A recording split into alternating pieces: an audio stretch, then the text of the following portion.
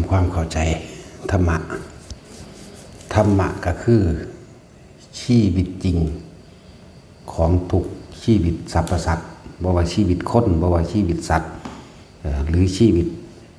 ที่พวกเข้าบ่เห็นธรรมะแปลว่าชีวิตจริงความจริงของทุกชีวิตสรรพสัตว์บ่ว่าคนบ่ว่าสัตว์เปรตสัตว์นรกเทพพรหมเทวดาทั้งหลายแล้วก็ความจริงของทุกๆคนเกิดแล้วสิบ่แก่บ่เจ็บบ่ปวดบ่ป่วยบ่ตายบ่มีนี่คือความจริงเรียกว่าธรรมะแปลว่าความจริงของทุกชีวิตสรรพสัตว์ที่เกิดขึ้นมาแล้วนี่ไม่แก่ไม่เจ็บไม่ตายไม่มีความจริงคือการกระทำโดยจิตเจตนาแสดงออกทางกายทางวาจาความจริงว่าทำดีคำว่าดีนี่คือไม่เบียดเบียนทำร้ายผู้ใดผู้หนึ่งเสียชีวิตและทรัพย์สินตลอดทั้งคนและสัตว์นี่คือทำดีเมื่อทำดีแบบนี้แล้วก็มีทางไปคือสุคติเป็นที่ไปมนุษย์สวรรค์ตลอดทั้งดีสุดดีคือนิพพานทำเลวคิดบ่ดีคิดเบียดเบียนทำร้ายให้ผู้ใดผู้หนึ่งเสียชีวิตและทรัพย์สินตลอดทั้งคนและสัตว์คิดแบบนี้กายและวาจากระทำแบบนี้ลองรับผลของอบายคือทุกขติเรียกว่าทุกข์พวกนี้จะได้รับผลของความทุกข์โกงเอาข่มเหงเอาปล้นกี้ฆ่ากินเหล้าเมายาด่าคนสารพัดอิจฉาริษยาหาเรื่องให้ผู้อื่นเสียชีวิตทรัพย์สินกล่าวตู่ใส่ร้ายนินทาต่างๆพวกนี้ก็จะได้รับโทษกรรมจากการกระทำของตนเองคือลงสู่อบายมีเปรตมีสัตว์นรกมีอสุรกายเดรัจฉานพวกนี้อยู่จังซี่เพื่อนว่าการทำสิ่งใดย่อมได้สิ่งนั้นเลยความจริงของทุกชีวิตสรรพสัตว์ ความจริงของทุกๆคนที่มีความเห็นแก่ตัวที่มีความรักที่มีความโลภมีความโกรธมีความหลงพอเขาจึงใส่ชีวิตโดยความบรรลุความจริงของทุกชีวิตความจริงของชีวิตเจ้าของเองใส่ชีวิตโดยไม่รู้ความจริงของชีวิตทุกๆคนทีนี้น้อมเข้ามาว่าเฮาบ่ฮู้ความจริงว่าพวกเฮาเกิดแล้วต้องแก่ต้องเก็บต้องตายเฮาบ่ฮู้ความจริงว่าความจิตโลภคืออยากได้อยากดีอยากมีอยากเป็นในทางที่ผิดคำว่าผิดนี่คือเบียดเบียนทำลายผู้อื่นเสียชีวิตและทรัพย์สินนะเบียดเบียนทำร้ายโกงมาล่ำมารวยลักปล้นจี้หลายแบบ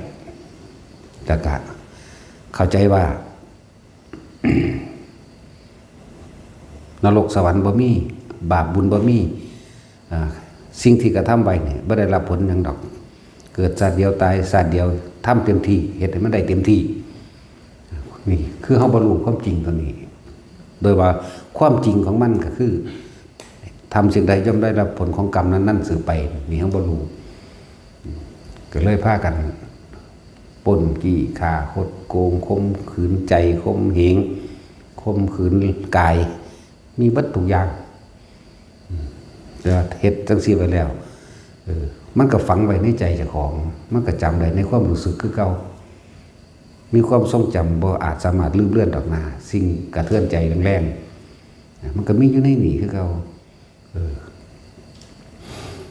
นั่นแหละจังหวะเฮาบ่รู้ความจริงว่าสุดท้ายแล้วก็สิ่งที่ตัวเองกระทำเอาไว้นั่นแหละที่มาให้ผลกับตัวเองชาตินี้รับผลกรรมใดชาติที่แล้วสร้างเหตุผลกรรมนั้นเอาไว้ทีนี้ชาติหน้าจะได้รับผลกรรมใดเพราะสร้างเอาไว้ในชาตินี้จากว่าล่ะนั่นแหละว่าให้พากันเข้าใจความจริงของเจ้าของหลดแต่ความจริงอันยากที่จะเชื่อหมายถึงชาติหน้ายากที่จะเชื่อของพวกนี้เสื่อยากบ่บุญมีบาปมีเสื่อยาก ว่านรกว่าสวรรค์ตลอดทั้งเสื้อยากแล้วก็ไม่รู้ซะด้วยซ้ำไปว่าการคิดแบบนี้นี่นั่นแหละคือต้นเหตุของกรรมทั้งหลายคือจิตเจตนาในการคิดที่จะคิดอิจฉาริษยาคนคิดไปเว้าพื้นคนนินทาเขาแล้วก็พยายามยุ่งให้คนอื่นไม่เห็นด้วยกับตนหลอกลวงเขาด้วยหวังสิ่งใดสิ่งหนึ่งนี่บ่ได้รู้ได้ว่าเจ้าของกำลังสร้างอารมณ์อันเป็นนรกสร้างอารมณ์ไปสู่อบายภูมินะความรู้สึกที่โกรธที่เกลียดที่เครียดแค้นความรู้สึกอันนี้เป็นภพในขณะนั้นที่กำลังสร้างภพในขณะที่ยังมีชีวิตอยู่ภพมันจึงเกิดขึ้นแบบนี้นี่เสื้อยากความจริงอันนี้เห็นป่ะล่ะนั่นแหละเทียบให้ฟังเวลาเราพวกเขาโมโหนี่พิษเถียงกันไปตะโมว่านนี่กลับมาบ้านก็ยังเอามาปรุงแต่งนึกคิดเนี่ยคือว่าบุญบ่เป็นรูปร่างตัวตนแต่ว่าสัมผัสความรู้สึกได้บาปก็บ่เป็นรูปร่างตัวตนแต่ว่าสัมผัสแห่งความรู้สึกได้ก็คือความโกรธนั่นแหละเขาผิดเถียงกันมาแล้วเขายังนำเข้ามาเห็นบ่มันศูนย์อยู่คนเดียวฟึดอยู่คนเดียวนั่นแหละพอถีบนั่นพังนี่ได้ก็เฮ็ดไปเด้เนาะอะไรทั้งสั้นแหละใส่ตัวตนมันอยู่ใส่ล่ะอยู่ในอารมณ์นั่นแหละอารมณ์แหละตัวตนนั่นแหละทำดีก็เหมือนกันบาดนี้ได้ซอยเหลือคนได้ถวายของอันใดอันหนึ่งนึกถึงแล้วก็ดีใจว่ากูได้ถวายผ้ากฐินแล้วเว้ยกูได้เฮ็ดนั่นเฮ็ดนี่แล้วเว้ยดีใจแน่สิได้โตมันอยู่ใส่สัตว์ก็ดับดูไว้ความรู้สึกนั่นแหละโตมันก็เลยโตบุญโตบาปก็คือความรู้สึกที่พวกเขาเห็นไว้เห็นแหละบาปเร่าร้อนกระวนกระวายกังวลบุญสงบเย็นสบายใจนี่คือตัวบุญความรู้สึกเข้ารับเอานั่นแหละนี่แหละเป็นของที่เสื่อได้ยากทำกรรมใดคือการกระทำสิ่งใดด้วยกายด้วยวาจาด้วยใจก็จงได้รับผลของกรรมนั้นก็ได้รับตอนที่มันมีชีวิตอยู่นี่แหละอันหนึ่งแม้ว่าล่ะคือยังเปรียบเทียบไปนั่นแหละไปพิษเถียงกันมาแล้วนี่คือทำกรรมใดที่เถียงกันมาแล้วก็เก็บมาเป็นอารมณ์อยากแก้แค้นอยากเอาคืนโกรธเกลียดเห็นป่ะสัตว์นั่นแหละได้รับตอนนรกดิบๆจากวันนรกดิบเวลาใดก็ช่างที่เฮาโกรธเกลียดแค้นบางทำลายให้เขาเสียชีวิตและทรัพย์สินอย่างสะใจเวลานั้นคือนรกดิบๆแต่มันตายไปแล้วมันก็เป็นนรกสุกเลยหลังตายในขณะนั้นแหละว่ามันเป็นสั้นนั่นแล้ว สวรรค์ดิบๆเลยสัตว์ก็สงบจิตสบายใจดีใจได้ตั้งใจไปแล้วว่าจะได้ไปทำกฐินบ้านนั้นบ้านนี้หลวงพ่อนั้นนี่ได้ไปแล้วเห็นเพิ่นแล้วปลื้มใจแล้วเห็นว่าล่ะคิดปุดไปหมู่บ้านกลับมาเมื่อนี้กับคิดถึงยังไงก็ปลื้มใจดีใจสงบเย็นไม่กังวลเร่าร้อนเมื่อนั้นนั่นคือสวรรค์ดิบสวรรค์ทั้งเป็นนะสวรรค์ตายตอนกลับไปสวรรค์ทั้งตายมันจะว่าสวรรค์สุกๆว่าล่ะอย่างสั้นแล้วนี่ก็เทียบเอาตัวเนาะเทียบเอาแต่ละคนบอกให้เข้าใจว่าทุกคนเข้าใจตัวเองนั่นแหละคือสังเกตตัวเองนั่นแหละเวลาเขาโกรธเกลียดผู้อื่นเนาะมันคิดลำพึ่งมือไม่ก็ว่าแล้ว2 มื้อ 3 มื้อเดือนหนึ่ง2 ปี3 ปี4 ปี10 ปีก็บ่แล้วได้ต้องไปคิดถึงหรอกเนาะนั่นแหละบุญก็เหมือนกันทั้งคิดถึงนั่นแหละก็เขาคิดถึงคือเขาคิดถึงบุญคุณที่หลวงตาบรรดาได้เปิดดวงตาให้เขาได้หูเห็นแสงสว่างแห่งธรรมนี่นะเนี่ยไปคิดถึงยังไงก็เกิดความดีใจปลื้มใจสำนึกบุญคุณไปพร้อมเลยทั้งสั้นแล้วมันจักปีแล้วล่ะแต่ที่นับมานี่เนาะนั่นแหละทั้งว่าบาปเฮ็ดไว้แล้ว10 ปี20 ปีคิดถึงเมื่อไหร่กังวลเร่าร้อนเมื่อนั้นบุญก็เหมือนกันกระทำไว้แล้ว10 20 30 ปีคิดถึงเมื่อไหร่สงบเย็นเมื่อนั้นก็หูอยู่ด้วยตัวจิตได้เนาะจิตเนี่ยรับรู้ร่วมสรรพสิ่งทุกอย่างไม่ว่าบุญหรือบาปเข้าใจว่านี่อาการ ของจิตก็คือความคิดนั่นเองความคิดนั่นแหละมันร่วมสรรพสิ่งอยู่แล้วจิตเป็นผู้รู้ผู้ร่วมสรรพสิ่งแห่งความทั้งหลายที่เขาเห็นไว้ในอารมณ์ในสัญญาในเวทนาในทุกอย่างในหันแหละเห็นไว้แล้วเป็นสัญญากระลูในสัญญาโดยจิตอาการของจิตเดก็คือไปคิดถึงเดินมาเจตนาจิเจการไปคิดถึงต้องอาศัย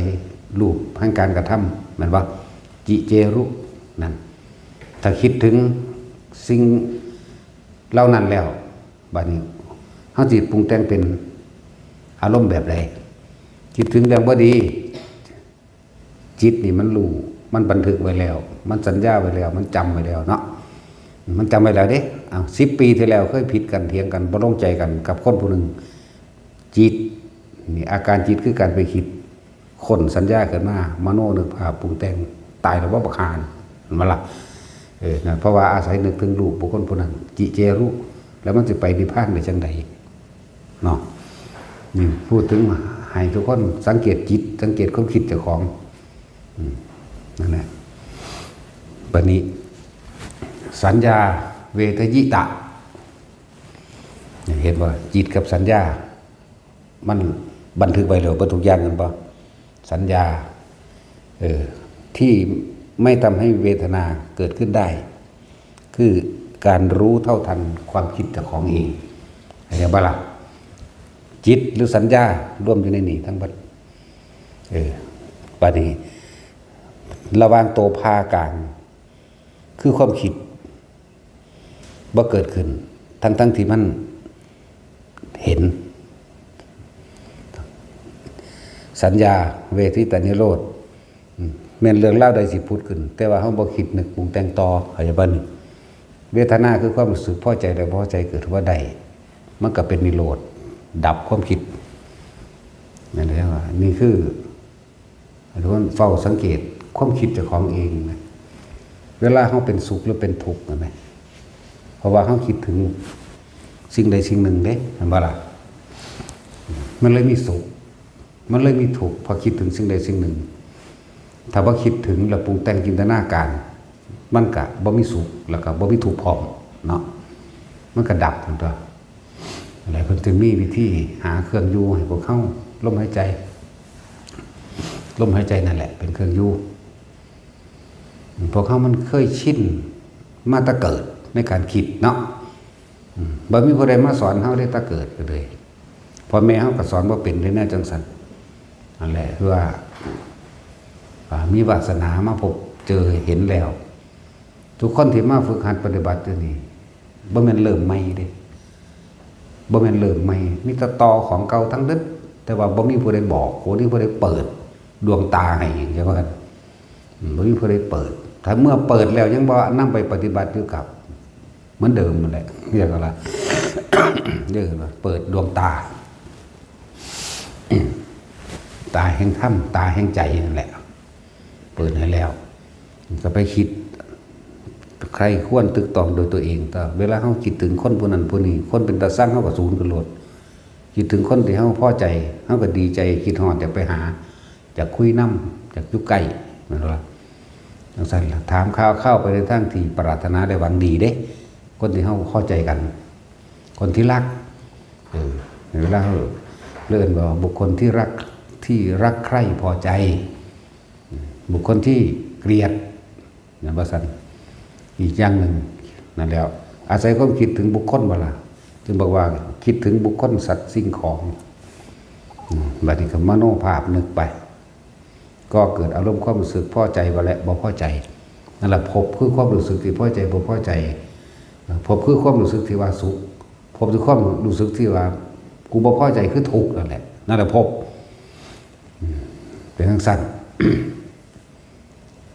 บัดนี้เฮามาตัดเอาปฏิจจสมุปบาทท่อนตัณหาคือความอยากแม่นบ่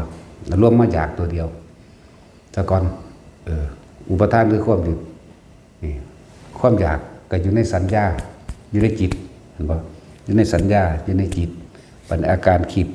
แล้วเอิ้นว่าทิฏฐุปาทานเอาความคิดเห็นเจ้าของเห็นว่านี่คิดไปเอาความคิดเจ้าของแล้วเป็นไง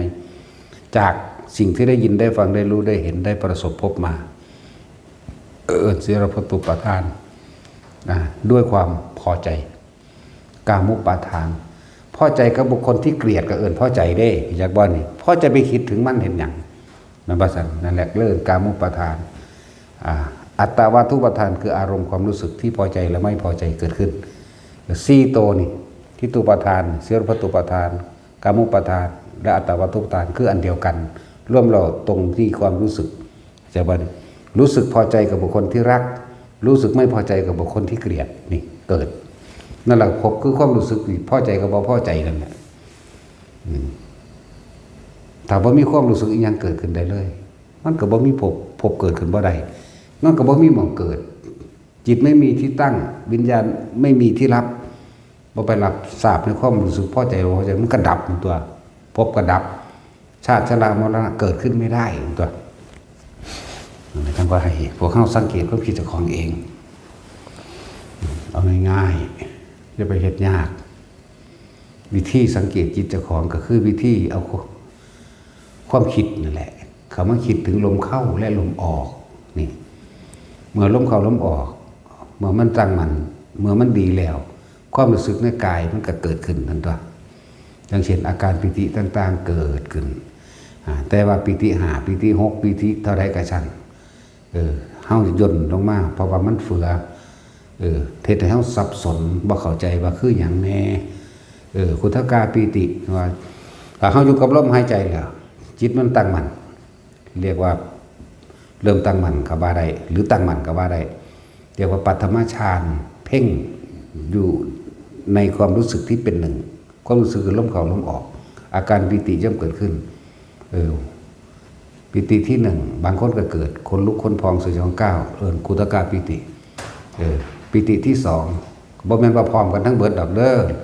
ไล่เอาแล้วแต่มันสิถือไผผู้ใดถือเขาอาการใดก็ให้คลายความสงสัยนะ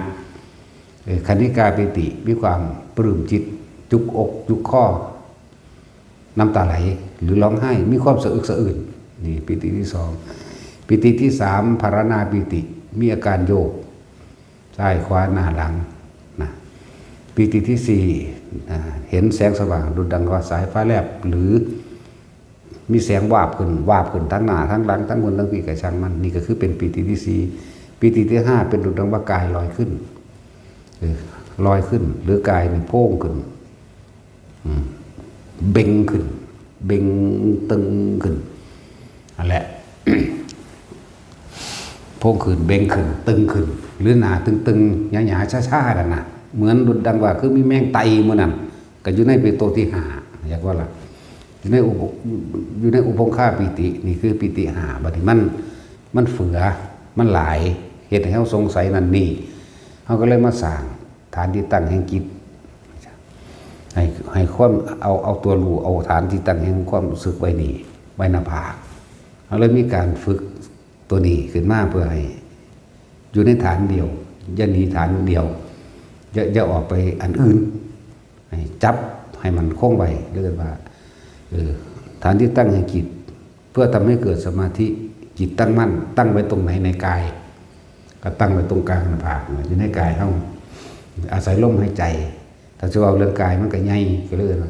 ลมหายใจก็คือกายในกายอันหนึ่งเมื่อเฮาตั้งสังเกตความคิดสังเกตความรู้สึกโดยลมเข้าลมออกอยู่จังซี่แล้วเวทนามันก็เกิดแต่ว่าเวทนานอกหมายถึงพอใจกับบ่พอใจเนี่ยกับบุคคลสัตว์สิ่งของวันนี้เวทนาในคือเวทนาในเวทนาอุเบกขาเท่านั้นจึงสามารถเกิดเลื่อนว่าเป็นความรู้สึกตัวในกายของเราเองเวทนาในเวทนาจิตกับมันรับทราบแล้วจิตในจิตก็คือคุ้มไว้ให้มันรู้สึกตัวอยู่ในแค่นี้กายเวทนาจิตเวทนากายเลื่อนว่าจิตหนึ่งหรือรู้สึกตัวหรือจิตตั้งมั่นเป็นสมาธิเมื่อจิตมันตั้งตรงหน้าผากนั่นแหละ ต้องตั้งตรงหน้าผากเอาไว้เพื่อสิสังเกตความคิดเจ้าของถ้ามันไปหมายถึงไปคิดถึงบุคคลสัตว์สิ่งของดึงกลับขึ้นมาลมก่อนเดี๋ยวมันก็ขึ้นมาหม่องเก่าอีกไปอีก ดึงกลับไปดึงกันกลับไปดึงกันกลับมาดึงนี่หมายถึงคิดดึงความคิดที่มันไปคิดถึงบ้านถึงคนที่รักถึงคนที่เกลียดถึงสัตว์ที่รักสัตว์ที่เกลียดหาอย่างดึงกลับมาล่มก้อนแล้วมันก็ขึ้นจังสี่นี่แหละมาสร้างความรู้สึกโตเป็นจังสี่โหความรู้สึกโตบ่แม่นมีคุณค่ามหาศาลเด้มีคุณค่ามากเพราะว่าเฮาสิได้อยู่ในตัวเองยังกระสังแม้กระทั่งหลวงตาแต่ห่มผ้าบ่ดีเพิ่นก็บ่เอาเด้นี่คือการเฮาคล้องผ้าห่มผ้านี่ขนาดกราบเพิ่นบ่ให้ลูกบวบตกนี่เขาเอิ้นลูกบวบนี่เนี่ยลูกบวบถ้ากราบลูกบวบตกปุ๊บนี่เพิ่นเปี้ยงใส่เลยเด้ตัวเองยังรักษาตัวเองบ่ได้ตัวเองยังคุ้มครองตัวเองบ่ได้ไผสิไปคุ้มครองไผทันทีเลยเด้เปี้ยงเลยเด้ถ้าเขาไปสอดแสลใส่เพิ่นในพระวินัยเล่มไหนไม่มีในพระวินัยหรอกแต่เป็นความรู้สึกตัวหดเลยหัวใจมันตัวบ่ล่ะพอดีเพิ่นเอาขนาดนั้นเด้แต่กราบเพิ่นถ้ารู้บอกตัวปุ๊บเพิ่นรู้จักโลดว่าผู้นี้คุ้มครองตนเองบ่ได้บ่เด้บัดนี้สันข้าวกินข้าวก็คือกันเพิ่นสิเว้าโลดเด้แต่ผู้ใดผ่าตกมาแน่อุโยญะรสชาติอาหารเหยียบหัวมันเบิดมันบ่รู้สึกโตเลยว่ามันเฮ็ดหยังนะแต่ที่เว้าคือเพิ่นก็ได้นี่พวกพระเรานี่นะโลดสันอาหารนี่รสชาติอาหารเหยียบหัวมันมันไม่ได้รู้สึกตัวอะไรเลยใช้ไม่ได้เหรอเด้เป็นดาแนวนั้นอีหลีเด้เพิ่นเอาขนาดนั้นเด้นั่นแหละแล้วก็เฮาเบิ่งเห็นโดยตัวไปอุ้ยฮ้อนสะออกเลยจางปางเห็นบ่มันสิสะออกเลยเด้บางพวกมันบ่บางคนที่บ่ฮู้จักหยังมันสิถอดออกเลยนี่เอากองไว้พี่แล้วก็สแตกแดกออกไปได้บาดประสันเพิ่นสิพิจารณาอาหารคำว่าพิจารณาอาหารก็บ่แม่นว่าตปฏิสังขายโยนิโสปิตปาตังปฏิเสวามิเด้อันเป็นคำนำหน้าเพื่อให้เกิดแนวทางซื่อเด้เพิ่นให้ค่อยๆกินค่อยๆฉันให้ฉันด้วยความมีความรู้สึกตัวหมายถึงว่าบ่ส่งความคิดออกไปทางอื่นให้อยู่ในกายอยู่ของนี่แหละมันกายส่วนใหญ่ก็ยังดีไงจะว่าน่ะให้มันรู้สึกตัวว่าเคลื่อนไหวไปมาบ่ทันได้ถึงขั้นว่ากายในกายคือความรู้สึกมันเป็นอุเบกขานี่แต่ผู้ฝึกดีแล้วเขาเจ้าอยู่ในกายในกายไปเลยเป็นกายในกายเวทนาในเวทนาเลยจิตได้จิตไปเลยนี่ผู้เจ้าฝึกแต่ผู้ใดบ่ทันได้ฝึกแล้วครับตกเตะเสะอยู่แล้วผ่าดีวันนี้มันถอดออกเลยเด้เขาเห็นมาแห้งแล้วเขาหูจักมาบ่แห้งแล้วผู้ใดเป็นแบบใดนั่นนะถอดออกเลยบ่ทันได้แก้เบิดดอกแต่มันกองเอาหยอออกว่ามันห่อนได้ขาไก่มันกระสีได้ซีนแห้งมากกระสีหมักม่วงก็โพดแห่นตรวจนี่พิษไปละบ่สำรวมบ่ระวังบ่พิจารณาเพราะว่าพิจารณามันก็ลึกลงเข้าไปมันก็ทางว่าเนื้อที่สันอยู่นี่น่ะปลาน่ะนะมีกลางบ่เพิ่นอยู่ในตัวเองค่อยๆเบิ่งนี่เด้แล้วก็สันเป็นค่ำน้อยๆฉีกออกแต่เป็นบักม่วงก็เฮ็ดเป็นค่ำน้อยๆถ้าบ่มีผู้ฝานผู้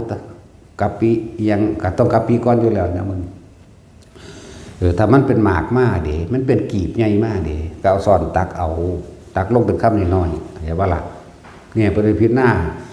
แต่เป็นผลไม้มีหนอนบ่มีแมงบ่มีหนอนบ่มีแมงอันนั้นนี่อยู่บ่มันเน่าบ่เพิ่นพิจารณาเด้บางอันมันก็มีหนอนบางอันก็มีแมงข้างอยู่ในหันสิแม่นี่เด้กระดานนั่นแหละสั่นแล้วก็บ่เป็นที่น่าเกลียดได้บาดนี่อันพวกแห่งตรวจเพราะฉะนั้นสิว่ามาฝึกตนเองบ่เนาะพวกแห่งเด้ทั้งเทียมกับติดน้ำแคบคือ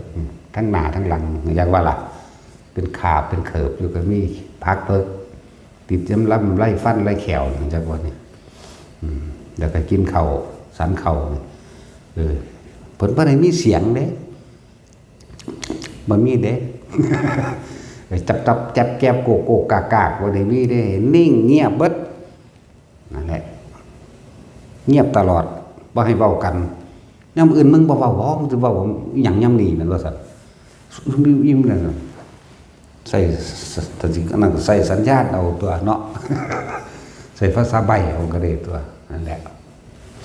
ขนาดนั้นเด้การพิจารณาอาหารบ่แม่นแต่ว่าปฏิสังขายโยนิโสแต่สำนั้นมันก็ยังบ่พากันเว้าได้อยู่เพราะมันก็พากันท่องได้อยู่บ่ล่ะ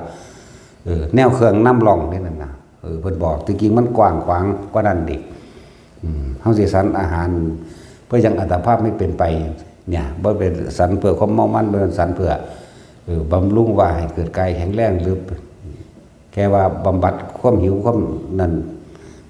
ยังอัตภาพแค่ได้ปฏิบัติธรรมนึงเด้นะก็หมายมันใส่ผ้าก็เหมือนกันบ่แม่นแต่หาแต่แนวงามๆมาประดับประดาบ่ซักนิโซกิวรังปฏิเสวามินี่ก็บ่แม่นฝันหาแต่ผ้างามเด้เอามาห่มกันร้อนกันหนาวกันยุ่งซื่อๆเด้กุฏิวิหารก็เหมือนกันที่เฮาพักเฮานอนอยู่ก็เลยแม่นบ่ล่ะนั่นแหละ ก็บ่แม่นว่าสิประดับประดามันหันมองนี้เด้กันฝนกันแดดเข้าใจว่าล่ะอันเดียวยังอัตภาพเป็นไปเพราะได้ฝึกหัดปฏิบัติตนเองกินยาก็คือการคิรานะปัจจัยเภสัชปริฆาโรนี่มันหยังระงับความเจ็บปวดตรงนี้เข้าใจว่าล่ะบ่แม่นยาบำรุงผิวอยากว่าว่าเป็นใช้อาหารสั่นแหละว่าเพิ่นให้พิจารณาเบิดสุอันทุแนวแต่ว่าที่เฮาเห็นอยู่นี่ให้พิจารณามันก็สวยงามภายนอกอยู่แล้วนะส่วนภายในก็คุมตัวเองตัวอย่างหนึ่งเมื่อถ้ามันสวยงามภายนอกมันคุมภายนอกแล้วก็แสดงว่าภายในได้คุมความรู้สึกตัวพร้อมเจ้าของเองมันคุมเจ้าของเองมันจะแสดงออกมาภายนอกมันบ่ล่ะการห่มผ้าคุ้มผ้าจังซี่มันก็เบิ่งแล้วก็สบายตางามตาเนาะผู้นั้นก็ต้องรู้สึกตัวเจ้าของได้ผ้าตกตัวนึงก็กุมตัวนั่นแหละจังว่าเอาขนาดนั้นแหละถ้าตกบ่ได้ได้หลวงตาเบี่ยงรสอาหารศาสตร์อาหารเหยียบหัวมันพวกกรรมฐานหมูกรรมฐานหมาไปเลยได้บาดนี่ถ้าเว้ากันคือกรรมฐานหมาตัดสแตกไว้จากอันนั้นนี่แหละคือกรรมฐานหมูเป็นสั้นเด้ที่เพิ่นสอนมานี่เห็นบ่ล่ะ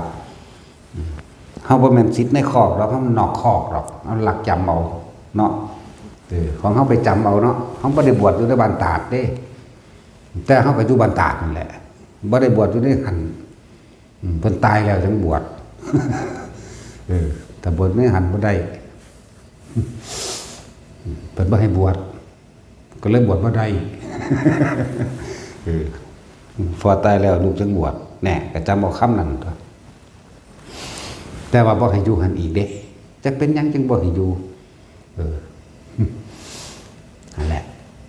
เพิ่นก็สิฮู้กว่าเฮานั่นแหละเพิ่นมีแต่ฝากว่าถ้าไปอยู่อุบลฝากตีปากพวกอุบลเนี่ยซั่นบ่ว่าจะตีแล้วอีพ่อกูบาดนี่เหยียบแมงละล่านเลยใส่บูทพร้อมยันเปิ้นตีนเนาะตาจุยเจ้าคนอุบลไว้คนหนาอ่างตะวันนักปาดข้อเจ้าของเห็นบ่ซั่นเขาบอกยังเคยมาหูเบิดโดดพวกเมืองไหลผาจังซี่ล่ะอีหลีเด้มันเป็นนักปาดดอนเด็กปาดข้อนั่นแหละผู้ใดเพิ่นหนีไปเบิดเพิ่นหนีไปจากนี่เพิ่นหนีเบิดเนาะเห็นบ่ซั่นบ่ว่าผู้เสาบ่ว่าผู้มันเนาะหนีเบิดเอาโลดหลายเด้แต่มาอ้างว่าเมืองนักปราชญ์กระชูนอะไรเขาดี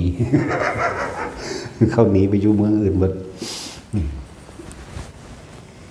เพิ่นให้เฮาระวังว่าสิเป็นการทานอาหารอีหยังต่างๆให้เบิ่งเด้ปลามันมีกางหรือบ่มีกางที่จริงบ่ได้ให้เว้าว่าปลาบ่ให้เว้าว่าหมูบ่ให้เว้าว่าหมาอย่างว่าบ่ให้เว้าว่าสัตว์ต่างๆบ่เว้าอาหารให้เรียกว่าอาหารนั่นแหละบ่ให้จำเพาะเจาะจงว่านี่คือไก่นี่คือเป็ดนี่คือหมูนี่คือปลาบ่ได้วางสั่นให้ว่าอาหารแต่สู้ว่าพระองค์ใดองค์หนึ่งว่าหนึ่งปลาคอคือแซ่บแท้หุ่มมาละบาดไปหาขามาให้เจ้าละบาดนี่เนาะก็บ่ว่าจังซั่นตัวอบไก่แซ่บๆมันไปหาขาตะไก่แล้วมันกิน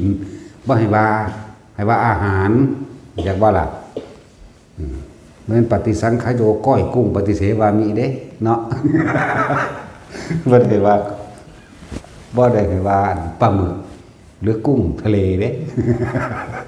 ให้ว่าอาหารนั่นแล้วโอ้ธรรมดาเราอีพ่อใหญ่นั่น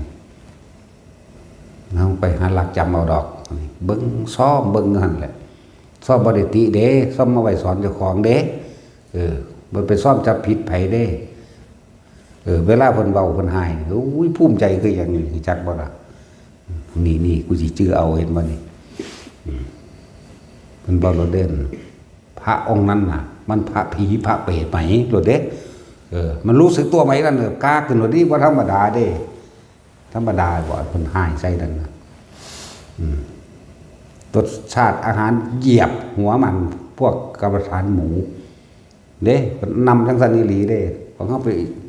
เขาก็ยุหันเนาะพวกกินรอบข้างๆศาลาเพิ่นก็กินไปกินพร้อมกันแล้วก็พระนั่นแล้วกินพร้อมกันเลยเด้เพิ่นบอก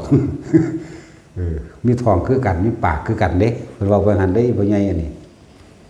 แต่ว่าเพิ่นแนมเอาพระหมดเด้คนบ่ปานไหนเด้เพิ่นแนมเบิ่งแต่ผ่าตกเตะๆเลยเรียบร้อยเปี้ยงเปี้ยงเปี้ยงใส่เข้าบาดนี่เฮ้ยแต่เสียงจักแจ๊กหรือว่ามีกลางค่าแขวเรื่องใดหนึ่งโดนนักเก่าๆอีกเจอกลางใหญ่เลยบาดหอดบ่ได้กินบ่ลงเด้ว่าธรรมดาเด้บาดมันหายเอานั่นแหละมันบ่พิจารณาอาหารมันบ่เบิ่งความแยบคายมันหมดสะแตกบ่ได้บาดเนี่ยเอาละบาดนี่บ่ได้สันเบิดทั้งนั้นแหละแม่นทั้งเบิดเลยบัดถ้าถือผู้หนึงแม่นทั้งเบิด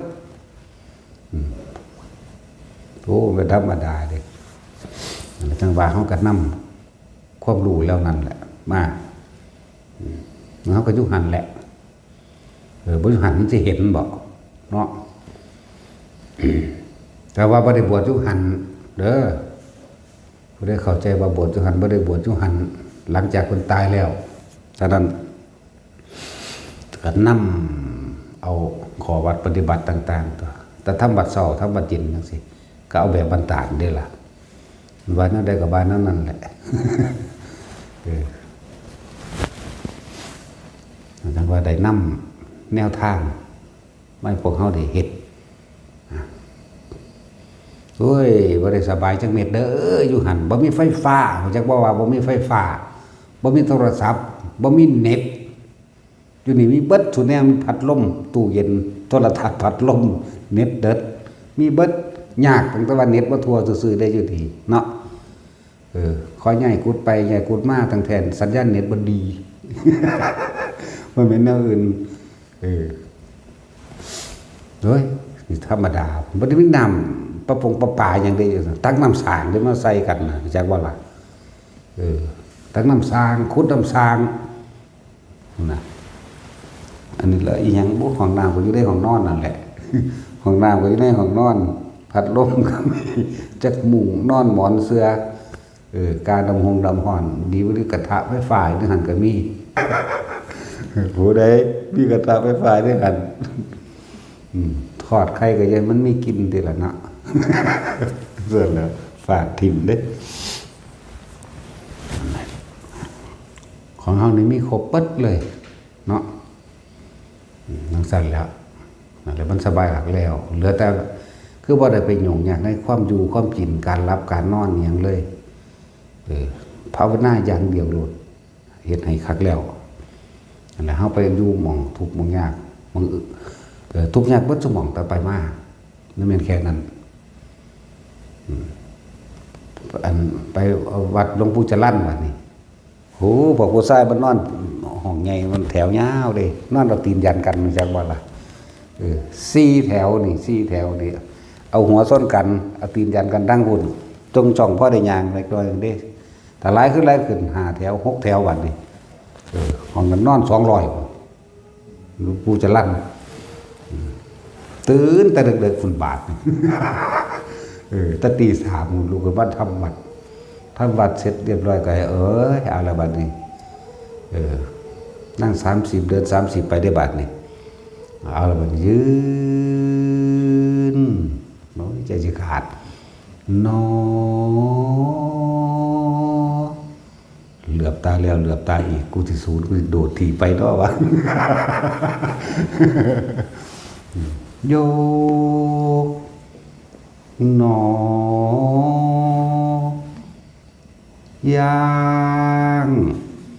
หนออยู่กันละลงหนอโอ้ยเด้อ ครบอาทิตย์บ่เนาะกูวะ เจอถ้าเป็นเน้นเหมือนเด้ออันตัวนี้เด้อถ้าเป็นเน้นทั้งศูนย์ครับอันนั้นยังว่าอดได้อยู่ ตั้งแต่สมัยเพิ่นเท่าไหร่40 ปีเพิ่นมั้งอันตอนเป็นเน้นทั้งคักกว่านี้อีกนี่เพิ่นตัดออกมาเพิ่นตัดออกหนอลงมาหน่อยซื่อๆตัวนี้ ก็ได้ดีน้ำเพิ่นได้ล่ะมันได้ความอดได้ความทนน้ำเพิ่นได้ล่ะจังว่านั่นแหละครูว่าอาจารย์ทั้งหลายนี่มีคุณประเสริฐจะเฮาเบิดนั่นแหละศูนย์อยู่แล้วที่แรกบาดมาบาดผ่านจากตรงนี้ได้มาเอาหม้องอื่นโอ้ยภาษาซ้ำนี้ว่าเด้มันไปคิดกับนั่นแล้วมันได้ง่ายก็ลงหนออยู่หั่นน่ะส้นเท้าลงหนออยู่หั่นบ่อุ้ยธรรมดา ยก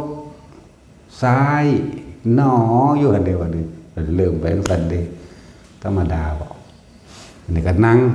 นั่งคู่บัลลังก์นั่งสมาธิเพศก็ว่าไปครั้งคนก็หากใส่หลังเฮาศอกใส่จักบาทซะบ่ มันเผากรรมเพิ่นว่าท่านละก็มีเบิดนั่นแหละ นอนเอาหัวส้นกันเอาหัวส้นกันตีนที่จงช่องพ่อได้ยางไปเป็นแถว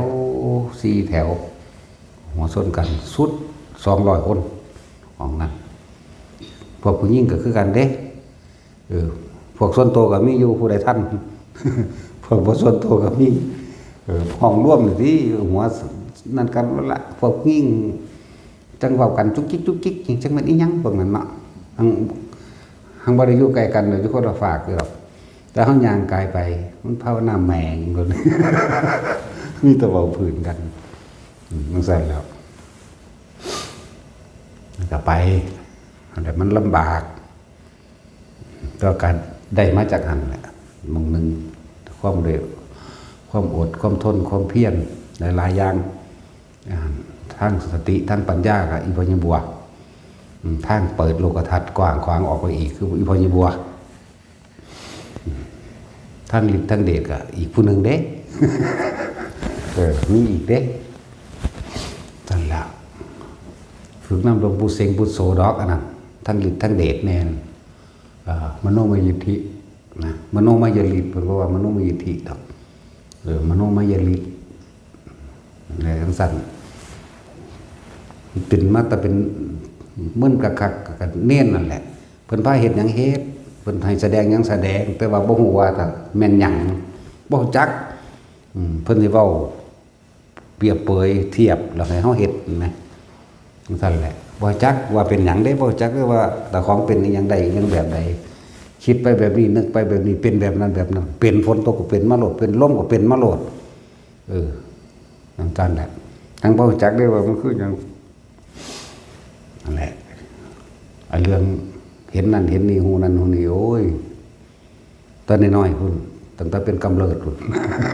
อันก่อนที่ดังไงออกจากดังก่อนจะออกที่แรกออกนั้นแล้วก็กิ้งทับเฮาอันพอแห้งประสิหายขาดกับเอาไข่ครั้งสุดท้ายนั่นแหละมันไปหล่มตัวลงแล้วนอนเอาขี้ดินไส้ทับเจ้าของไว้หลังจากนั้นก็บ่เคยไข่อีกเลยนั่นแหละหลายอย่างก็เลยเรื่องต่างๆในการหูการเห็นอันหลายอย่างเอาไปมาเป็นเรื่องบ่มีความหมายเป็นเรื่องที่ถูกหลอกเป็นเรื่องที่เฮ็ดให้เฮาหลงนะเป็นเรื่องที่บ่อาจสามารถที่เฮ็ดให้เฮาว่างกิเลสตัณหาเฮาได้เลยนะนั่นจังว่าได้อีพ่อใหญ่บัวนั่นแหละของบางอย่างที่เฮาว่าทันได้มันก็ไล่ไปเฮ็ดเด้เฮ็ดบ่ทันได้เป็นไล่ไปเฮ็ดเป็นแล้วก็ว่าอีหยะประสานสั่นนี่แหมโอ้ย ศูนย์คืออย่างนี้ อีอะภาษาจังสันถ้ามึงออกจากหูดังมึงเกิดไปเกิดไม่ทันที่ยังว่าไปละบาดนั่นแหละบาดจังมาสอนอยู่ในโพรงจมูกอย่าตามลมเข้าอย่าตามลมออกมันเป็นเย็นๆอยู่ในแค่โพรงจมูกได้บาดอันนั้นแล้วก็ไล่เข้าไปอ่านหนังสือ800 เล่มอ่านไปใน7 มื้อใครจะไปอ่านได้กันนั่นนะหลายคักปานนั้นเนาะแต่ก็ได้เด้ มือแรกก็เบ้ยบืนเหือสัตว์ออกย่ำหนาวดินี่บืนบ่ได้มีไฟฟ้ามีแต่เทียนอยู่กุฏิสูงนั่นแล้วตั้งเทียนแล้วก็คบใส่เลยแล้วบ่กินบ่อาบน้ำบ่ใดๆทั้งสิ้นมันก็ไหลใส่ของมันเองนั่นแหละแปลกประหลาดเลยเอาก็ได้เป็นบ่นั่นก็ฮู้วันแหละก็เลยเคยผ่านแนวมื้อนี้บอกให้ฟังว่าหลายๆอย่างที่เฮานำมันรวบเลยมาเอายอดให้แต่ละคนโหลดนะ เลยรวบยอดให้บ่ต้องเฮ็ดหยังอีกดอกพวกเฮา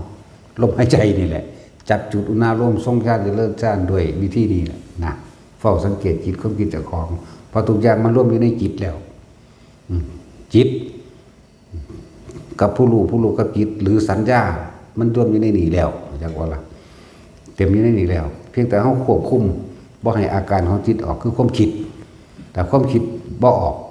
ทั้งที่เห็นอยู่ตาก็เห็นหูก็ได้ยินอยู่นี่มันก็เกิดความรู้สึกพอใจบ่พอใจบ่ได้พบกระดับเลยเอายอดมันนี้มันโหลดนะหรือแม้กระทั่งว่าบัดนี้คิดแต่บ่มีอารมณ์กระดับคือกันอยากว่าล่ะตั้งใจคิดตั้งใจเฮ็ดเจตนาเฮ็ดคักๆแต่ว่าบ่เอาผลลัพธ์ก็อารมณ์เกิดบ่ได้กระดับอยากว่าล่ะสั้นๆแหละให้ฝึกไปตัวนี้สักคนเด้จะพึงเอายอดมันเด้อไว้ก็ดี กูคือบ่เป็นคือเพิ่นเอาอีกแล้ว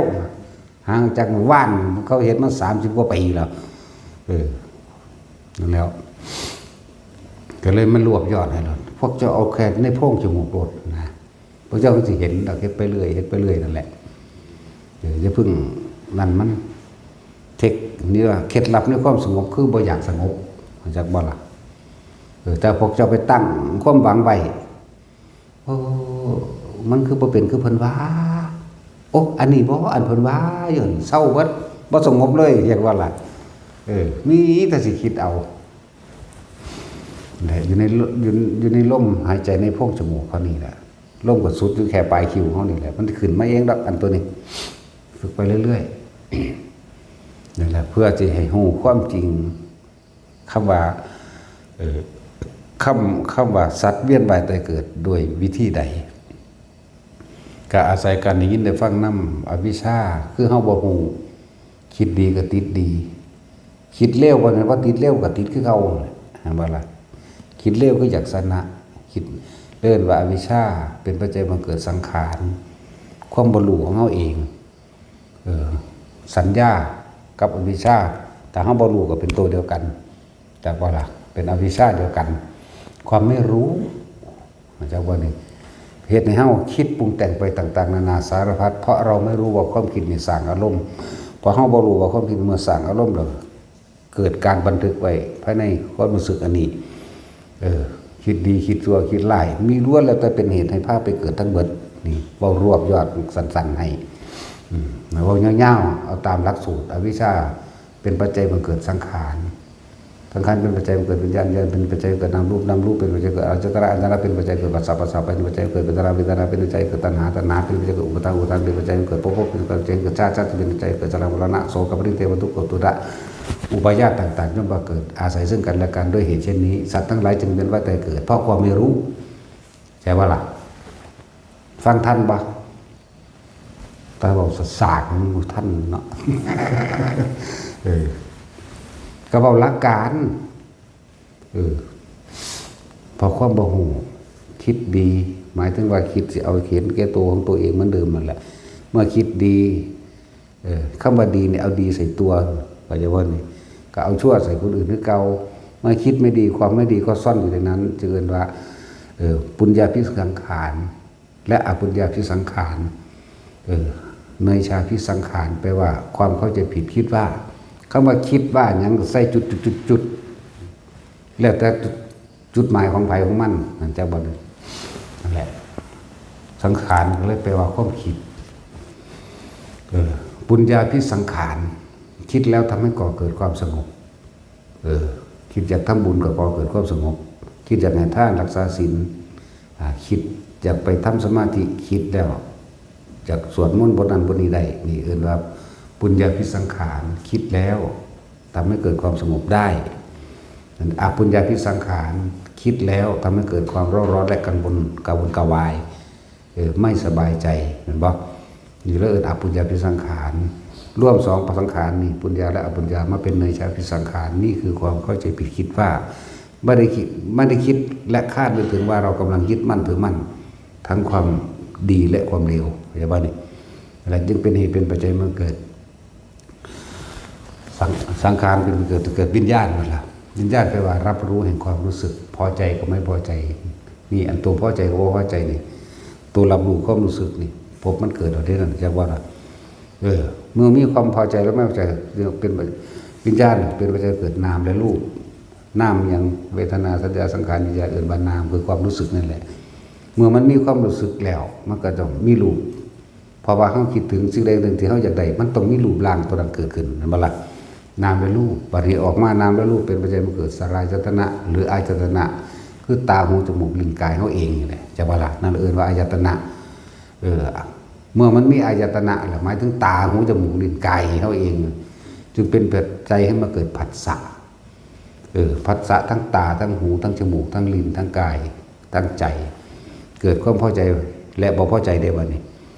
นะบ่ล่ะ เรื่องเป็นใจเป็นปัจจัยมันเกิดเวทนาเวทนา3สุขเวทนาอื่นพอใจทุกขเวทนาอื่นบ่พอใจไม่สุขไม่ทุกขเวทนาอื่นอุเบกขานี่เวทนา3ในเวทนานี่แต่เขาไปติดอันใดอันหนึ่งถึงเป็นปัจจัยให้มันเกิดตัณหาส่วนมากคนสิตัณหาของเขาคือปรารถนาความสุขมันบ่นั่นแหละตัณหา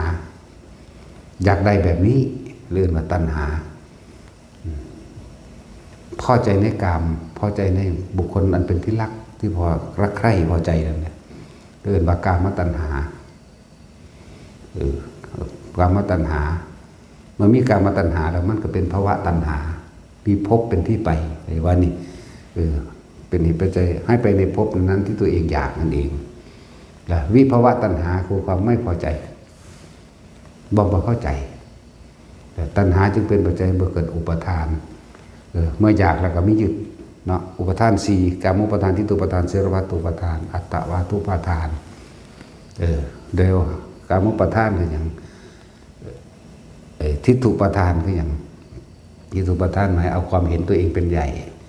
จากสิ่งที่ได้ยินได้ฟังได้รู้ได้เห็นได้เคยกระทำมาจนเกิดความเคยชิดเรียกว่าเสรวัตตุปทาน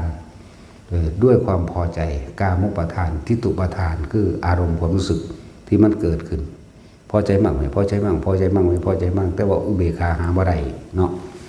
แหละเมื่อไม่อุปทานแล้วเป็นปัจจัยบังเกิดภพตัวมันเข้าไปยึดในสิ่งใดความรู้สึกในส่วนใดถ้าโกรธเห็นป่ะมันจะมีคำว่าภพนี่กามภพรูปภพอรูปภพเหมือนป่ะกามภพนี่แหละมีอย่างแน่ในกามภพสวรรค์ทั้ง6ชั้นไหลลงมาหามนุษย์เดรัจฉานสัตว์โลกเปรตสุรกายนี่กามภพนั่นเวียนในตัวนี้เขาไปพอใจในตัวนี้ที่จริงเขาบอกว่าเขาพอใจได้นะจะบอกนั่นแหละคือความไม่รู้นะสั้น ปฏิรูปประพบก็อย่างมูพรมทั้งหลายนั่นแหละพรม16 สัตว์แต่ว่าตัดลงมาแค่11อันพวกนั้นมันอีกอีก5 สัตว์มันเป็นของพระอนาคามีผู้เขาที่บรรลุในขันธ์นิพพานต่อไปแล้วนั่นตัดลงมาแค่นี้นั่นแหละหลายๆคนที่ว่ามาฝึกระวังติดล่มเด้อระวังติดชานเด้อพวกเจ้าสิไปเกิดเป็นพ่มลูกฟักให้มันได้สักก้อนเถอะพ่มลูกหยังก็ดีเนาะฟังธรรมพระพุทธเจ้าเปี้ยงอยู่นี่ก็สิบ่มีปัญญาเอาสุคติติดอยู่หั่นติมันบ่ล่ะแล้ว พูดไปเทียบเอาอย่างไม้อย่างแต่สมัยฤาษีชีไพรสมัยนั้นเขาเจ้าก็ได้สมาบัติ8พุ่นอภิญญาหาสมาบัติ8แต่ว่ามันบ่มีผู้นำคำว่าอนิจจังทุกขังอนัตตาสิ่งทั้งหลายทั้งปวงมีความเกิดดับเป็นธรรมดาหาความจีรังยั่งยืนไม่ได้ไม่ควรเข้าไปยึดมั่นถือมั่นมันว่าท่านมีคำสอนตัวนี้เมื่อมันมีแล้วพออยากยึดก็ยึดสักตัวเนาะ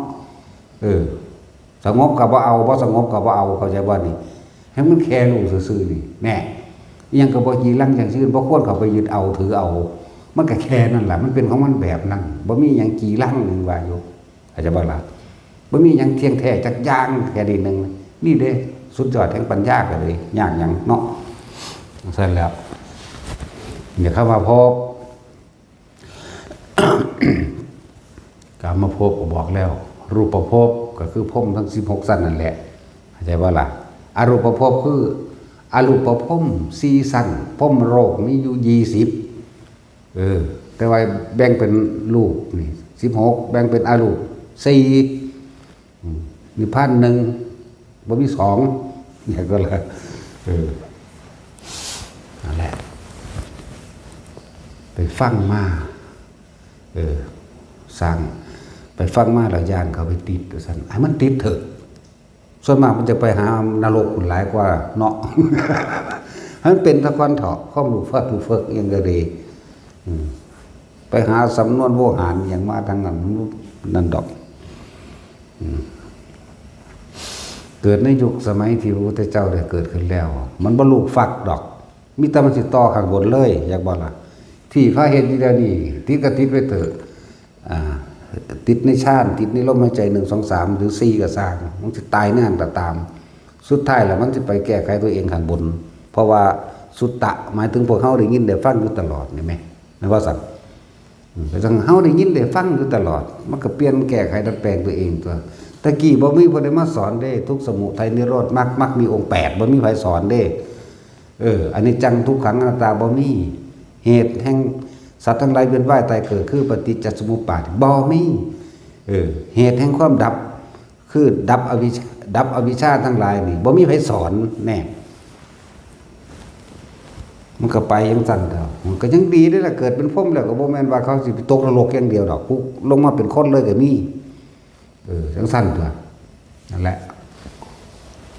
แต่ของมาท่านเคยเห็นเทื่ออยู่จังมันเป็นโตจังไดพรหมกันเลยเนาะ พรหมมันเป็นตัวนิ่มๆอยู่หน้าผากเด้อ พรหมมันเป็นตัวนิ่มๆอยู่หน้าผากนั่นแหละ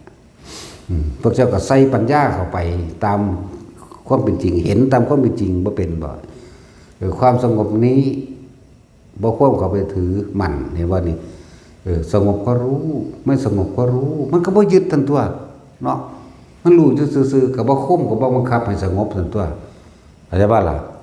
อันนี้แหละจึงบอกว่าแม้แต่ความสงบก็บ่ให้ยึดจะให้บ่ให้อยากว่าบ่ล่ะเฮาตอนนี้มีหน้าที่รู้ลมมีหน้าที่อยู่กับจุดอุณหภูมินิ่มนวลอยู่ดีนึง สมัยทุกมื้อนี่คือยังธรรมมาพระพุทธเจ้าเกิดขึ้นแล้วคนฟังธรรมก่อนตายตลอดฟังธรรมก่อนตายมันเป็นหยังจิตมันมีที่พึ่งจักบ่ล่ะตัวนี้มันก็ไปจับคนก่อนสิตายเอานี่ฮ้อนห้นอยู่นี่ผู้ใดก็ซอยบ่ได้บีบแข้งบีบขาหมอก็เต็มอักลากก็ซอยบ่ได้มันก็ฟังทำไปทำตัวบัดนี่ฟังไปทั้งไปมันก็นิ่งฟังแต่มันบ่มีหม่องสิเพิงผ้าอาศัยอีกแล้วมันเหลือแต่อันเดียวคือตัวจิตคือตัวคิดนี่คิดก็เลยคิดน้อมใส่ธรรมเลยตัวตายเพราะว่าทั้งธรรมมีโอกาสไปนิพพานผลได้ว่าธรรมดาเด้คนแนวอยู่ธรรมดาเราฟังไปเรื่อยฟังไปเรื่อยบานี้ประกอบกันกับการจับจุดอุณหภูมิใดหรือรู้ลมหายใจใดนี่ว้ายมันก็ไปเลยทั้งตัวตะกี้เขาเจ้าฝึกหัดยากลำบากแล้วเขาเจ้าก็หาแต่ความจีรังยั่งยืนหาความเที่ยงแท้หาความมั่นคงตะกี้เขาก็ติดคือกันเขายังได้กูเข่าแมงปึ๊บไปโหลดอยู่ได้หลายมือก็นั่นซ้ำหลายมือก็เพิ่นไว้7 มืออันนั้นเรื่องอันนั้นเขามาบอกกันซื่อดอกอยู่ได้เป็น 15 มื้อ20 มื้อก็อยู่ได้เด้อเดี๋ยวนี้บ่ต้องกินหยังก็อยู่คือเก่านี่เด้อล่ะอันแหละมันติดแต่ก็ฮู้อยู่เด้อหังเฮ็ดให้มันติดซื่อๆนี่แหละกูสิอยู่กูอยากว่าล่ะจังซั่นแหละฮู้อยู่อันเรื่องเที่ยงบ่เที่ยงฮู้โพดแต่สิให้มันอยู่จังซั่นซื่อๆนั่นแล้วถึงว่าฝึกตัวเองมันเป็นสะกอนยังก็ดีแล้วยิ่งคนเจ็บคนป่วยนี่เด้อพวกคนป่วยทั้งหลายเฮ็ดจังได๋ก็ตายอยู่แล้วบ่เศร้าตายอย่างเดียวบ่ป่วยก็ตายอย่างเดียวอยากว่าพวกเจ้าสิเอาหยังมากันความตายได้แต่ความป่วยก็ยังกันบ่ได้อยู่เนาะเอาหยังมากันความตายล่ะคือความย่านนี่แหละเอาหยังมากันเพราะความย่านอยู่ในความคิดเจ้าของเองจังซั่นตัวนั่นแหละมีตั้งแต่ทำใจและยอมรับคนเกิดมาแล้วสิบ่ตายบ่มีจักคนดอกตายทั้งเบิดนี่แหมคือยอมรับมันแหมยอมรับมันก็เกิดความผ่อนคลายและสบายใจตัวรอแต่เวลาว่ามันสิกังวลบ่ฉะนั้นเพิ่นจึงให้เฮาฝึกอยู่กับลมหายใจเป็นเบื้องต้นว่าแต่เบื้องต้นแล้วทำกลางพร้อมที่สุดพร้อมเด้คนเฮาบาดสิตายจริงๆมันแป๊บเข้ามาลมหายใจคือเก่าเด้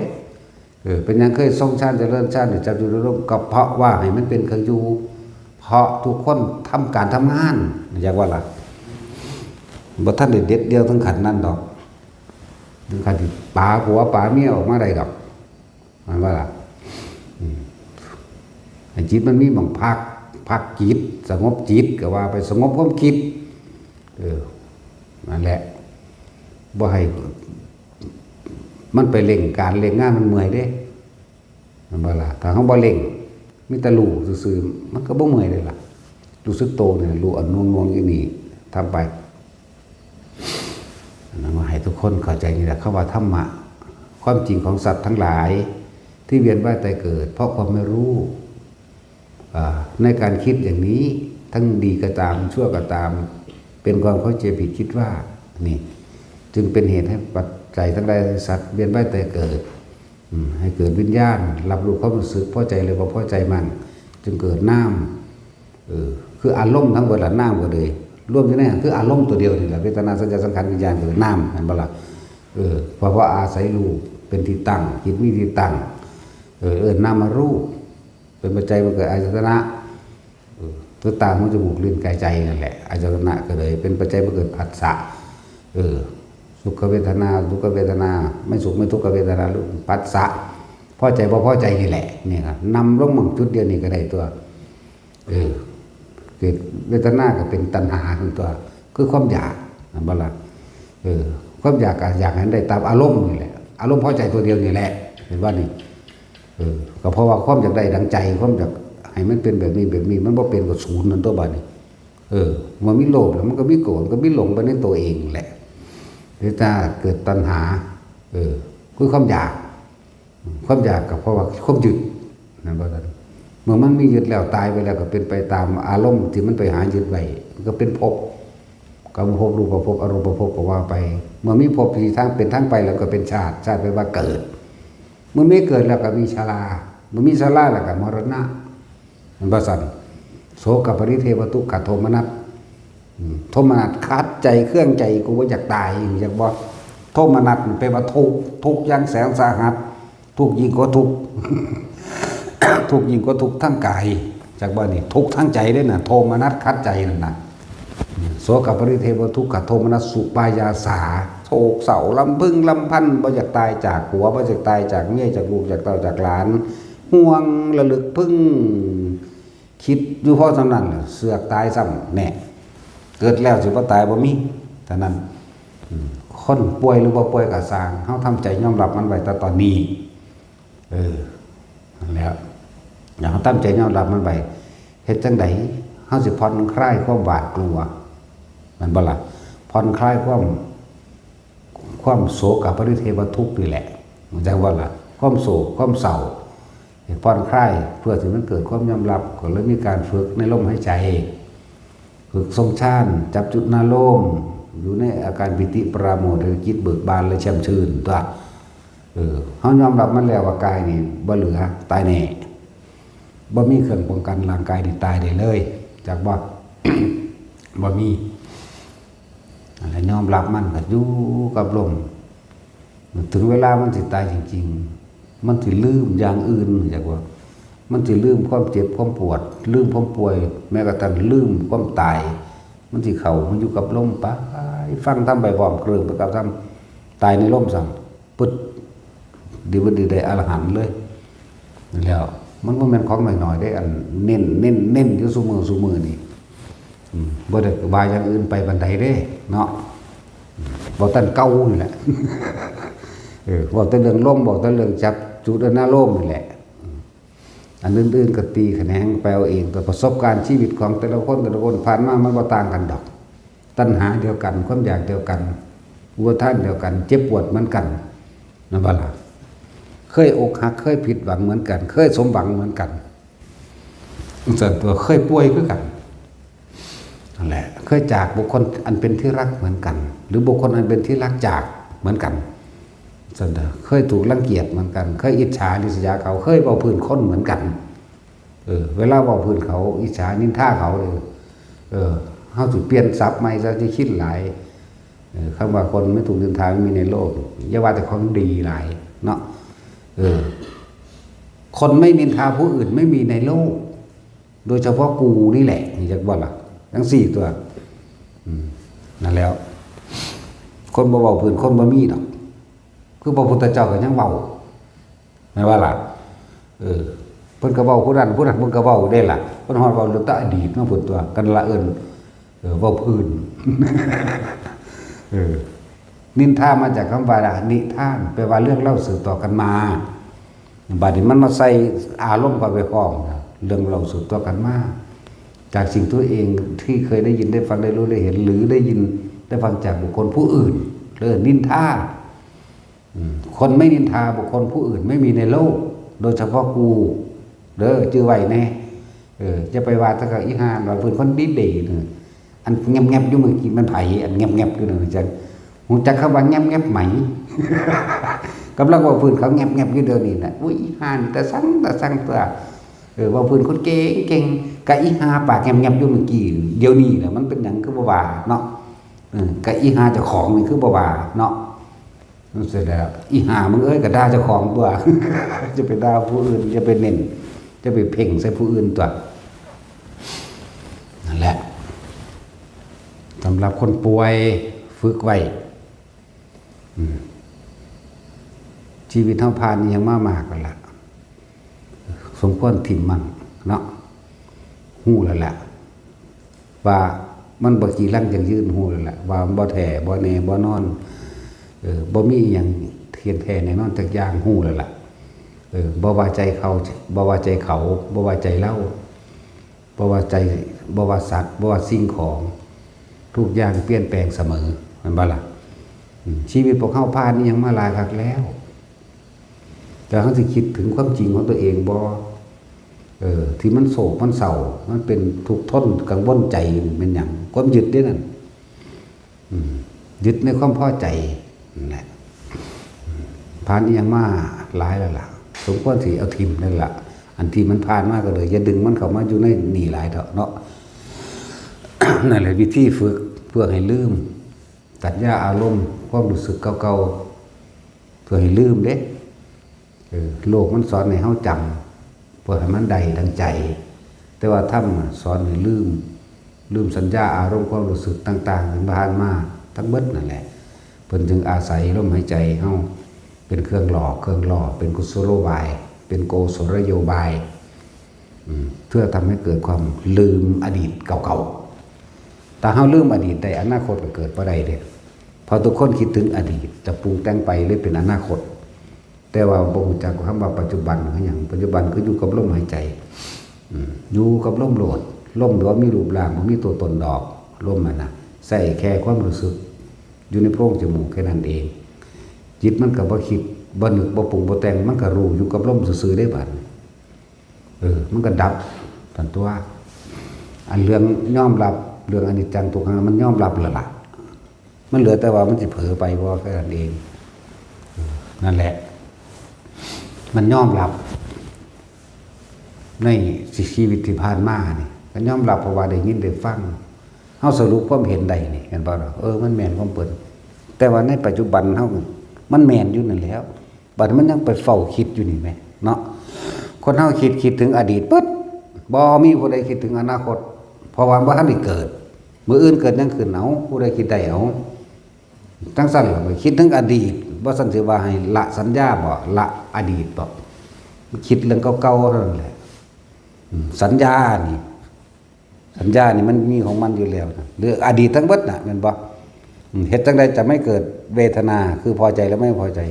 หยุดคิดยุคภาคกลางนี่มันก็ดับทันตัววิธีมันก็ล่มนั่นแหละจะไปเอาอย่างอื่นเลิกเพ้อเจ้ออันจะเป็นนั่นเป็นนี่บ่ต้องเป็นนี่หยังดอก มันอยากนำเป็นนั่นแหละเนาะมันอยากเป็นพระอรหันต์นั่นแหละบ่ต้องเป็นดอกอยู่ซื่อๆโลดอยู่ในร่มนั่นแหละอยู่เฉยๆนั่นแหละนั่งสมาธิอยากสงบนั่นเดี๋ยวว่าตัวอยากตัวเดียวก็ไม่สงบห่วงกลัวไม่ได้สำเร็จนั่นนี่นั่นก็ไปไม่ได้อีกเดี๋ยวบ่สำเร็จแต่ห่วงหรอกห่วงบ่ยันแต่ของบ่ได้นั่นบ่ได้นี่บ่เป็นนั่นบ่เป็นนี่นั่นกังวลล่ะไปไสล่ะอยากว่าล่ะหาความสงบได้บ่แต่มันห่วงล่ะห่วงความสงบห่วงความเป็นจะเป็นโสดาสกิทาคาจะอรหันต์กังวลแม้ก็ว่าคนติดชาติคนเล่นชาติสิได้เป็นพรหมลูกฝักเอาดีต้มได้ฝักอยู่พุ่นโลด มันเป็นจังได๋กูเห็นตั้งแต่ฝักอาบน้ำตัวเนาะโอ้ยน่าจังสั่นก็เลยเอาปัจจุบันให้เจ้าของอยู่เมืองนี้ได้เถิดนะบุญมันเลยไปแล้วเห็นบ่เพราะว่าเอาสัญญาความจำต่างๆได้ยินได้ฟังมาปรุงแต่งเราย่านเจ้าของเป็นเลิกกังวลเนี่ยมันความสงบแค่นี้ก็ยังบ่ฮู้ว่าบ่ล่ะนั่นแหละยังบอกว่าแต่คนเฮ็ดให้มันนิ่งอยู่ในร่มอยู่ในอุณหภูมิเจ้าของมันเป็นเดินหน้าอุณหภูมิแปลว่าความรู้สึกที่อยู่กลางคิ้วกลางหน้าผากนั่นแหละเบิ่งเด้ออยู่ระหว่างกลางคิ้วกลางหน้าผากของพระพุทธเจ้าเขาเจ้าใส่จุดอุณหภูมิไว้เบิดนั่นแหละมีผู้ใดเคยคิดพออยู่จุดแดงๆอยู่หน้าผากบนจุดแดงๆจุดฟ้าๆจุดแล้วแต่ไปสิใส่เข้าใจบ่นั่นแม้แต่บ่มีแนวมาใส่เนี่ยเขาเจ้าก็ยังต่อค่อยเห็นว่าล่ะต่อคือดอกบัวไว้นี่แต่พอจะคลอดก็สิตายแล้วยังบ่ได้จักที่แม่นหยังคือใส่นั่นนี่อยู่เนาะ จังซั่นตัวนะพวกตายไปแล้วก็ตายหลายแล้วซั่นให้ฮู้จักหยังนั่นแหละแต่ถ้าบ่มีอันนั้นอันนี้เขาจะมาประดับประดาให้เกิดความชัดเจนเขาจะก็ตอกใส่ตอกเป็นข้องไว้น้อยเป็นคือดอกบัวตูมนี่นั่นแหละตรงกลางระหว่างมันจะกลางบ่บาดนี่ระวังตาทั้งสองบ่ให้เอียงซ้ายบ่ให้เอียงขวาจักบ่ให้อยู่ระหว่างกลาง เนี่ยระหว่างกลางบ่ให้ไปซ้ายบ่ให้ไปขวาพอใจก็บ่พอใจก็บ่ให้เอาให้สำรวมระวังก็เลยสำรวมตาของตัวเองเหลียวเบิ่งปลายจมูกตนเองนั่นแหละพวกเจ้าเบิ่งเด้อให้ตาหลูบๆอยู่ไผเว้าหยังก็สร้างกูอยู่ซื่อๆนี่ล่ะ เสยสาธุเด้อหลวงพ่อให้ผู้ขาอายุยืนเด้อเทตาลูบๆอยู่คือเก่านั่นแหละผู้ขาดูหวยรวยเบอร์เด้อกูก็ลูบๆอยู่คือเก่าเลยจักว่าล่ะโอ้ยกูสลดสังเวชบ่ดีเนาะแต่เพิ่นว่ากูสิถีบแม่จักบาดซะบ่ กูหนีออกจากกองทรัพย์สมบัติมหาศาลจักว่าล่ะเพิ่นเป็นกษัตริย์ได้แล้วนะเพิ่นครองราชขุมทองทั้ง4อีกเมียอีก 74,000 คนเนาะ มีนางพิมพาอีกข้าทาสบริวารเต็มเพิ่นหนีแนวเมื่อนั้นพวกเจ้ากันไปขอนำเพิ่นนั่นแหละเพิ่นก็เลยเฮ็ดตาหลูบๆ กูเบิ่งดังกูดีกว่าเฮ็ดว่าล่ะเฮ้ยจะเว้าจังกูทิ่มมาเบิดแล้วแนวเมื่อนั้นกูสิให้กูไปหามาใส่อีกกูทิ่มเข้าใจว่าล่ะนั่นแหละเฮ็ดตาหลูบๆบ่เลยนี่แหละจุดอุณาโลมนี่คือว่าตรงกลางระหว่างคิ้วตรงกลางระหว่างตาตรงกลางระหว่างทั้งสองจากบน พอใจก็บ่พอใจบ่ให้มีเห็นอยู่ตรงกลางมัชฌิมาแล้วจังสั่นเข้าใจเจ้าของเองซะไปก็ดีให้เข้าใจเจ้าของเองได้บ่แม่นให้ไปเข้าใจผู้อื่นดอกบ่ต่างกันอันเดียวกันบ่เกี่ยวกับหญิงกับชายตัณหาเดียวกันก็ร้อนก็ร้อนคือกันหนาวก็หนาวคือกันหิวก็หิวคือกันเนาะจังซั่นแล้วมันบ่ต่างกันเลยนั่นแหละแต่ว่าเฮาอยู่กลางๆฝึกเอาทุกคนน่ะเวลาจากได้หยังเห็นมันเป็นก็คือจักอดจักทนแหน่ขันติปรมังตะโปติติขาแหน่เนาะเหตุอีหยังก็สร้างกายอดให้ทนแหน่ให้เพียรพยายามเอาแหน่แต่พวกเจ้าบ่อดไผสิไปอดให้พวกเจ้าสิได้หยังถ้าบ่อดถ้าพวกเจ้าบ่พยายามพวกเจ้าสิไปได้ไผสิมาพยายามให้เจ้าลดแห่งธรรมความสิวิไลแห่งธรรมทั้งหลายคือความจริงที่มันเกิดกับตนมีบ่ได้เอาให้ไผใดมันเป็นเรื่องเฉพาะที่เฮาต้องรู้ได้เฉพาะตนอีกความรู้สึกที่มันเป็นเหนียว คือครูบาศิษย์เพิ่นเว้าเพิ่นประชันหน้ากันกับสร้างมันไปกับครูพญ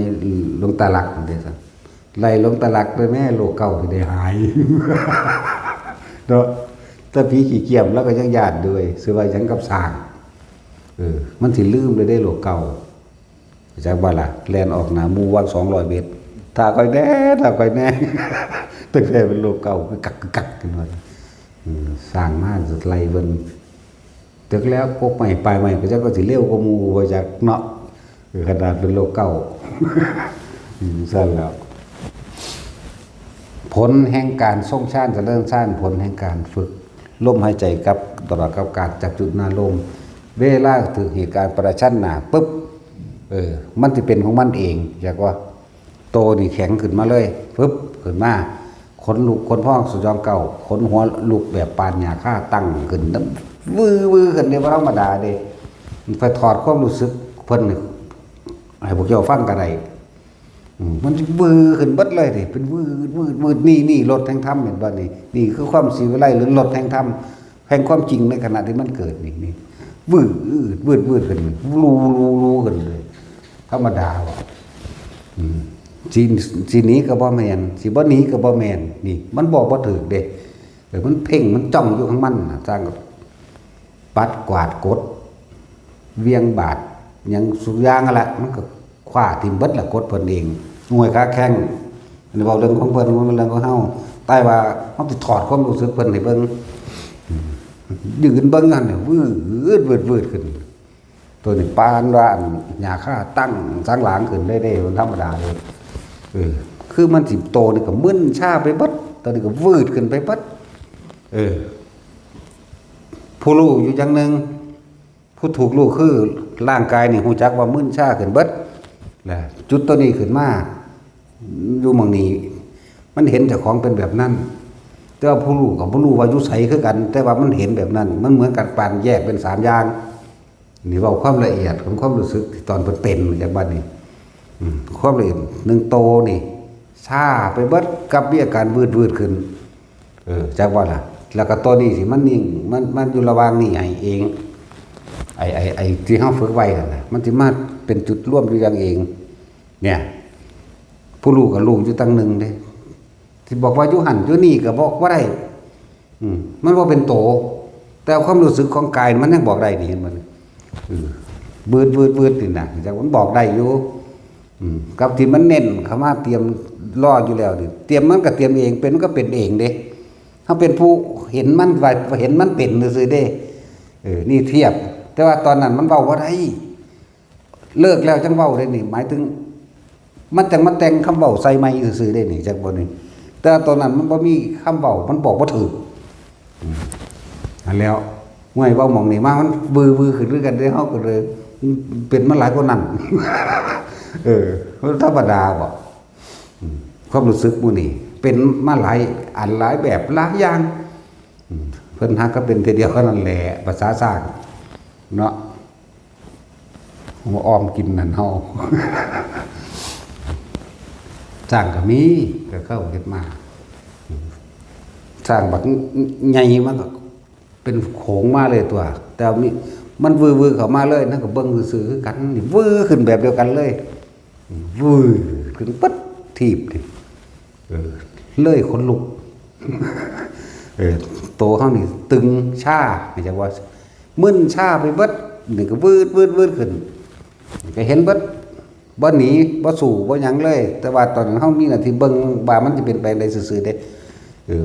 เลิกมาแล้วจังมาใส่คำเว้าที่หลังเหมือนกันกับเพิ่นเป็นนั่นแหละแต่ว่ามันสิมีสร้างนี่ตัวหนึงมาค่อมเฮาไว้จักบ่บักใหญ่นั่นก็เลยกวมไว้สร้างพวกนั้นที่ไปแล่นเข้ามาบาง10กว่าโตนั่นมันสิมีหัวหน้าอีกผู้นึงสัตว์หูบับมาเพิ่นดันทีเดียวหงายขี้แตกปูดแล้วแต่เขาก็เบิ่งอยู่เด้เขาก็รู้อยู่เด้ล่ะนั่นแหละร่างกายนี่ก็รู้ว่ามันชามันวืดขึ้นสร้างตัวนี้มากวมเฮาไว้นั่นน่ะก็ฮู้ผู้ฮู้กันจักอยู่ไสเด้แต่ว่ามันฮู้เบิดอยู่ในนี่แหละจักบ่ล่ะเอามาเว้าทีหลังเด้นี่ตอนนั้นมันซื่อๆอยู่เด้รู้เฉยๆเด้ตอนนั้นสิไปคิดตอนนั้นก็คิดบ่ได้อีหยังบ่ได้นั่นแหละคือจังเฮานอนหลับตื่นขึ้นมามื้อนี้กูนอนไป3 ชั่วโมงเลยแม่จักว่าล่ะหังบ่แม่นนอนหลับบ่แม่นนอนหลับเด้จริงๆเด้นี่จักบ่นี่คือเฮาเป็นเดี๋ยวนี้นึงเด้นี่แดนเข้ามาใกล้ตัวนี้งัดปึ้งบ่เดียวพุ่นปุ้งไปทางหลังหมดเด้อีกทางตัวมันอันกวมมาไว้อยู่นี่มันเฮ็ดหน่อยๆนึงเด้ก็แปลกอยู่แต่ฮู้เฮาฮู้อยู่ทั้งเทิงก็ว่ามันเป็นแบบนี้เด้แต่ของนั่งอยู่นี่จักว่าสร้างกวมเฮาอยู่นี่จักว่านี่เฮาบ่ได้อยู่นี่เด้นี่แหละจักอยู่ไสเว้าทั้งขาเว้าทั้งซ้ายก็ได้เว้าทั้งขวาก็ได้คือมันแจ้งมันเรียกว่าฮู้แจ้งเบิดนี่แม้คำว่ารถแห่งธรรมแม้สิเว้าว่ามันอยู่ทั้งเฮาเว้าทั้งหลังสร้างก็ได้เว้าทั้งเทิงหลังสร้างก็ได้เว้าทั้งข้างเว้าทั้งหน้าเว้าทั้งได้เบิดแต่ว่ามันอยู่ไสผู้โตฮู้นั่นน่ะผู้รู้อยู่ไส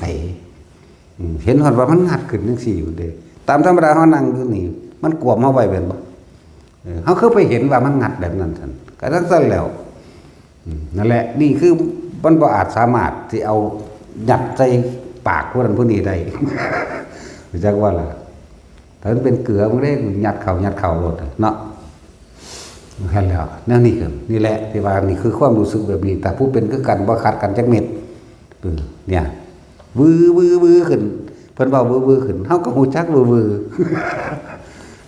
จังซั่นแล้วแต่เพิ่นวางจิตได้แบบนั้นตลอดจบฮู้จักว่าล่ะบ่ต้องกลับมาเกิดอีกนั่นแหละประสบการณ์จริงของเขาสิว่าเดียวนึงตัวว่ากับศอกนึงมันตัวไล่ลงตาลักให้กูนะแม่ว่ะไล่ตั้งแต่เช้าเป็นโลเก่าเอาตอนมันเป็นเนาะลงตลาดเนาะตอนขาจังขึ้นไหมแล่นก้อนมูอยู่ต้นย่างใหญ่มันได้กระสางยันทุกป่ายมันอยู่ถ้าคอยตามผมแน่นะแต่อยู่ข้างหน้าบาง200 เมตรรู้สึกแล้วถอดความรู้สึกผู้นั้นถอดว่าเป็นซ้ำเด้นั่นบ่จักแนวสิเว้าอะเห็นมันน่ะเอาสิเว้าให้ว่านั่นแล้วมันกูบาจิตนั่นล่ะนั่นแหละถ้าเฮ็ดจิตตรงนั้นได้ในตอนนั้นบ่ต้องกลับมาเกิดเข้าใจว่าล่ะตอนที่ประชันกันนั่นน่ะมันไปแล้วจังพากันมาเก็บกดตี้กันเนาะจังซั่นแล้วนี่ว่าโอ้ยไปเที่ยวหน้ากูให้มันไหลลงตะลักหลอดบ่ดอนี่คือเหตุการณ์มันสิเป็นเราเองผู้นั้นสิไปคาดว่าคือบ่เฮ็ดจังซั่นคือไปจังซี่อย่ามาเว้ามันเป็นปัจจุบันใส่กันเลยมันตกสะเพอใส่กันเลยแต่ว่าผลของการทรงชาติส่วนของการรู้ลมหายใจหนึ่งผลของการที่เป็นสร้างของเพิ่นไว้เองมันสิเป็นเราเองดอกเฮาบ่ได้เป็นผู้ไปกำหนดเห็นมันเป็นแบบนี้เด้มันสิเป็นเราเองของมันเด้เฮ้ยว่ามันศูนย์เอาสมถาน